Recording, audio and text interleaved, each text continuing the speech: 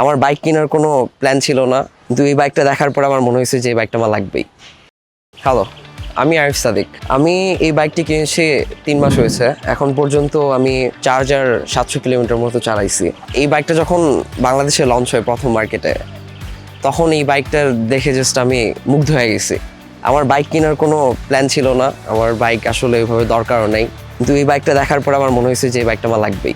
তো আমি এর আগে একটা বাইক চালানো হয়েছে, ওই বাইকটা নিয়ে যখন আমি হাইওয়েতে রাইডিং করতাম আমি ল্যাক অফ কনফিডেন্ট ফিল করতাম। তারপর যখন এই বাইকটা নিয়ে যখন আমি প্রথম হাইওয়ে রাইড করি, আমি খুব হ্যাপিলি রাইড করে 100-150 কিলোমিটার চলে গেছি।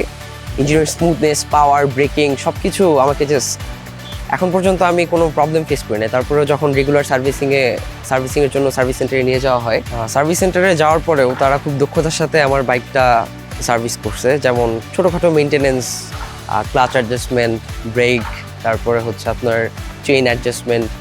বাংলাদেশ মার্কেট অনুযায়ী এই বাইকটার যে প্রাইস, অন্যান্য বাইকের তুলনায় এটা আমার কাছে খুবই আন্ডার প্রাইস মনে হয়েছে।